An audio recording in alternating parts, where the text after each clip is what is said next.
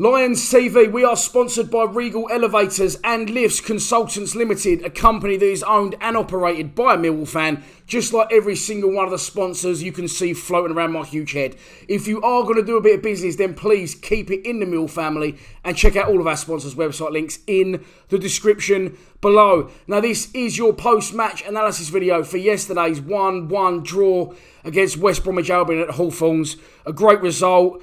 We all celebrated. I seem to think I've scored the winner or something, or the equaliser, because I got in at 6 o'clock this morning. For that reason, I've made no notes, and I'm absolutely pickled. So let's start out by taking a look at the 11 that Neil Harris picked to start the match. So I've got to say it again, I think the gaffer's been watching Lions TV. He reverted to the 4-5-1 that I so brilliantly suggested, and it was Bartosz Bulkowski in goal, Marlon Romeo at right back, Murray Wallace left back, Jake Cooper with Alex Pearce wearing the armband alongside him. It was Ben Thompson, Sean Williams and Ryan Leonard as a central midfield three. It was Connor Mahoney left, Jeb Wallace right, although they kept switching. And then up front, it was Tom Bradshaw as a lone striker. So yeah, I thought that was probably the best approach to the game, and the gaffer clearly agreed. It was a strange one. Tom Bradshaw, I thought, run his bollocks off. Thought he played very, very well. But I feel he was let down by the three behind him, not so much Thompson. And he wasn't let down by him, Jed and Mahoney, because they worked hard, but because he was having to, concede a lot of possession, they couldn't get on the ball and run at the heart of the West Brom defence as they would have liked. And for that reason, Bradshaw was very isolated. Although, as I've got to say, I thought we did very well, Bradshaw. I thought we did very well. And up until the point Matt Smith came on, I thought Bradshaw was going to be our recognised number one striker. It's good to have. But Varson seems to be like a bit of an awkward player. I don't think he's going to be a massive goal scorer, but I think he'll do all right. I think he'll be an influence on the pitch to come on, hold the ball up, win balls, chase everything down. I'm sure I heard the Icelandic clap at one point as well, but I'm getting a little bit ahead of myself. Let's go back to the very beginning of the game. Well, before the game even started, really, let's talk about the atmosphere again. It's absolutely sensational, honestly, just brilliant. We seem to be showing what we was missing, not just on the pitch, but off it as well last season. The fans were electric. It was definitely in there. I've put the away day out already if you've seen it. I could have gone on with the footage, just could have put so much footage in there, but I didn't want to make the video too long. It was just brilliant. We was brilliant. And what I'm loving is we're getting recognition now from the opposition fans. I have West Brom fans messaging me, sending me videos saying just, class support. I took this video of your fans. He was absolutely brilliant from start to finish. You had it from the Preston fans, obviously, last week, saying that, it was like the sound you expect to hear when you enter the gates of hell. I love that. I know I said it last week and I keep saying it. I just love the saying. It's great. So things finally seem to be clicking on and off the pitch. It's our best start in the Championship for as long as I can remember. Very good start. Played two very good teams in the division. Preston have gone to beat, I think, Cardiff 3-1 yesterday, or Preston have gone to beat someone 3-0, 3-1, whatever. But they showed that they're no mugs by their performance yesterday. And West Brom, a team I expect to go up. The game starts out and they score almost immediately. In real time, I thought it's a good goal. I couldn't work out why it had been disallowed. But looking at it back, the guy who lays the backwards pass to the guy who runs on and shoots did come from an offside position. So it was rightly disallowed. I said, but the players worked hard. I thought Marlon Romeo had a much improved game yesterday, and it was a shame for him to go off injured. I'll get onto that later on in the video. But yeah, the back four, back five, you can't fault them. Bartosz Bulkowski, I don't know why I keep full naming him now. I just think I'm proud of myself that I can pronounce it. But yeah, Bulkowski was he was one I wasn't convinced of, and I was gutted for Frank Fielding when he got injured, but also at the same time I was thinking the effect on the team it's going to have. And for those telling me that Bulkowski is a first-class goalkeeper, I hope you're right, because from what I've seen yesterday, yes, he is. After they scored, obviously, they had a lot of possession, but their final ball wasn't fantastic. And Jake Cooper hands it to him on a plate. And that's how I'm going to get back onto Bulkowski. Sorry if I'm jumping. My brain's a little bit skewed today, a little bit skewed into the space-time continuum. So, so Jake Cooper gives the ball away, and I don't know what he's trying to do. He's trying to play ball on the edge of our box, which we don't do, which the gaffer definitely doesn't like him to do. And he loses out. The forward squares it. It's an open goal. 5 yards out. The geezer's drilled it as you would. You wouldn't, I'd go hard and low there, drill it. It was an open net. He didn't really have to think about it too much. I wouldn't have think he would have to think about it too much. Bulkowski sticks his foot out and makes an unbelievable save. And just throughout, really, he was making, again in the first half, another one. He sort of comes for a cross and gets there first before the forward. Don't know what that was. Dunk, re-diverts it. Maybe I shouldn't have done this video today, but you've got to give the fans what they want of you. So, anyway, we get to half-time at 0-0. And again, as I said at half-time, and I said at full-time, it was a result that we ground out.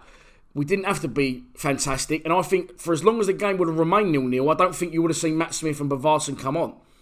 I think, we went to frustrate. Other than the one that Cooper handed to him on a play and the, obviously, disallowed goal for offside, I think that was only 2 shots out on target in the first half. They kept knocking balls in. They're a good side. They're going to be a good side under a good manager. Think and say what you like about Slaven Bilic. He is a good manager.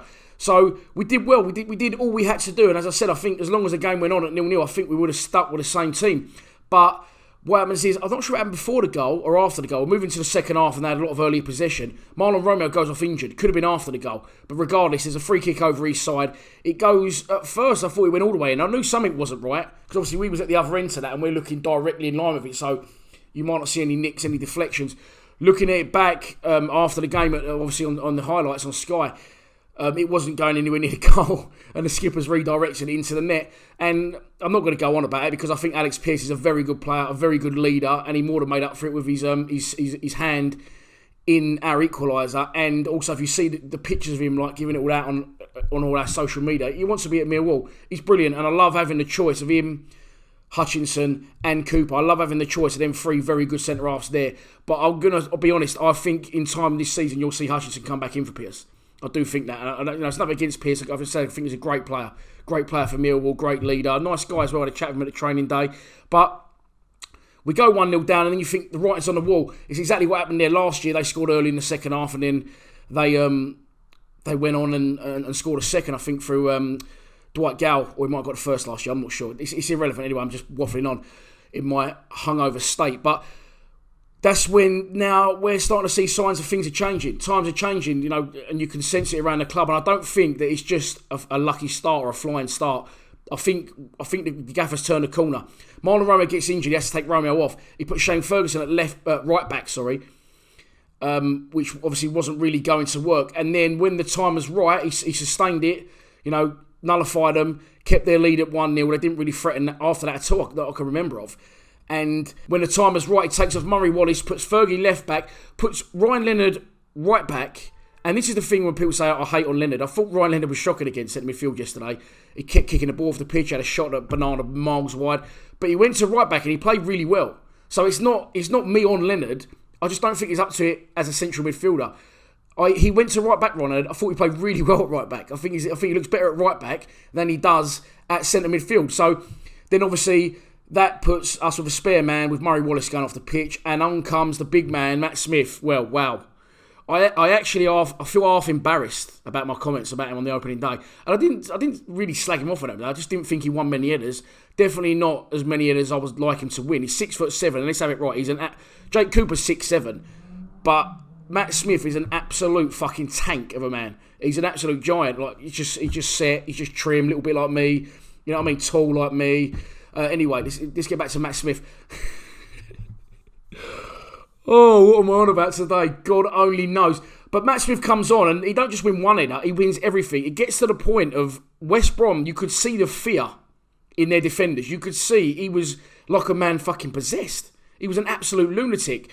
He just won everything and he just completely single-handedly led the attack and changed the game.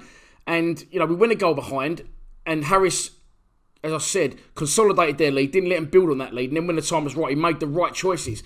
And if Matt Smith plays like that all season, I tell you what, he won't get one goal, he'll get 20. Like, he was brilliant. As I said, I'm half embarrassed about my comments. 2 stupid comments I've made on this channel in 3.5 years that I can remember of. So that's not too bad. The first one was saying Jimmy Abdou wasn't a Millwall legend because he was a terrible player. And I rightly got shit for that. And I rightly take all the shit on board for what I've said about Matt Smith, because on yesterday's showing, he looks like a 20-goal-a-season striker. He was phenomenal. He single-handedly changed the game. And as I said, you could see the fear in the West Bromwich Albion's defenders' eyes. He run them ragged, and they just went to bits. They was absolutely shot to pieces because of Matt Smith. Anyway, that's enough of licking the big man's arse. Let's get on to the goal. Corner comes in. Matt Smith has a header. Here he is, mentioned again. I want a pound of mention for Matt Smith. Keeper saves it, we get a corner. Willow floats one in, and as I've said, I prefer Williams taking the corners to Mahoney because he floats it in. It's perfect for Big Juicy Jake. He was up for in the back. I was screaming for a penalty, as was many others. I'm not sure.